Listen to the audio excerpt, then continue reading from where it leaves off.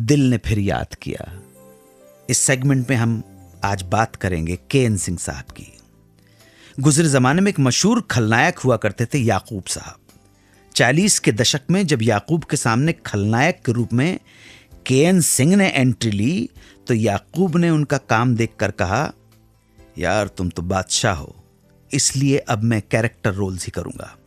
ये जलवा के.एन. सिंह यानी कृष्ण निरंजन सिंह का।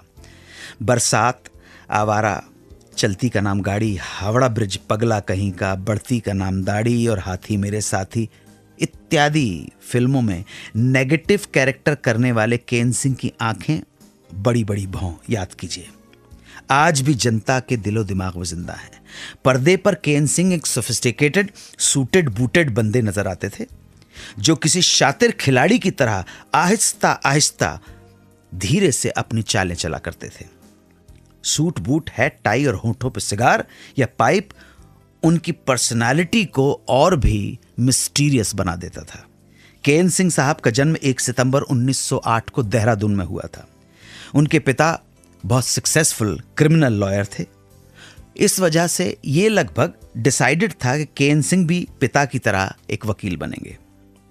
पिताजी की प्लानिंग ये थी कि उन्हें वकालत पढ़ने लंदन भेजा जाए। इसलिए लखनऊ से सीनियर कैम्ब्रिज करते वक्त उन्होंने लैटिन भाषा का अध्ययन भी किया, जो कि लंदन में उनके लिए बहुत फायदेमंद हो सकती थी।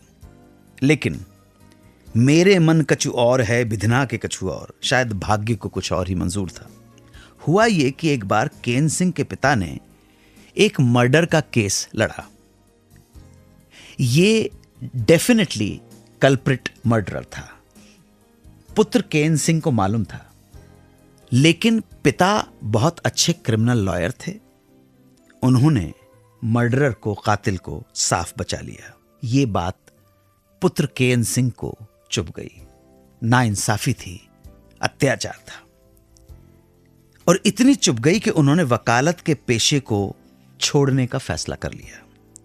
एक टाइम ऐसा आया, कलकत्ता में रहने वाली बहन बीमार पड़ गई तो उन्हें कलकत्ता जाना पड़ा। ये कलकत्ता प्रवास से ही उनकी जिंदगी ने एक नया मोड़ ले लिया। कलकत्ता में उनकी मुलाकात हुई बचपन के दोस्त पृथ्वीराज कपूर से। पृथ्वीराज कपूर ने इंट्रोड्यूस करवाया देवकी बोस से। देवकी बोस ने पर्सनालिटी देखकर तुरंत ही उन्हें डॉक्टर की छोटी सी भूमिका ऑफर कर दी। फिल्म का नाम था सुनहरा संसार। ईयर होगा 1936 का। जब फिल्म के रशेस देखे जा रहे थे तो के.एन. सिंह इस बात से घबरा गए कि पता नहीं स्क्रीन पर मैं कैसा लगूंगा, परफॉर्मेंस कैसी रहेगी। और हुआ ये जनाब कि हकीकत में उनका काम सबको पसंद आया और के.एन. सिंह ने पकड़ ली नई राह। कलकत्ता में उन्होंने 4 फिल्में की, हवाई डाकू, अनाथ आश्रम, विद्यापति और मिलाप। इनमें से मिलाप के डायरेक्टर थे ए.आर. कारदार। कारदार साहब कलकत्ते से आ गए बंबई और साथ में लेके आ गए के.एन. सिंह को। यहां उन्होंने अपनी फिल्म बागबां में के.एन. सिंह को बना दिया मेन विलन। इस कैरेक्टर को के.एन. सिंह अपने जीवन का सर्वश्रेष्ठ रोल मानते थे। यह फिल्म 1938 में आई थी।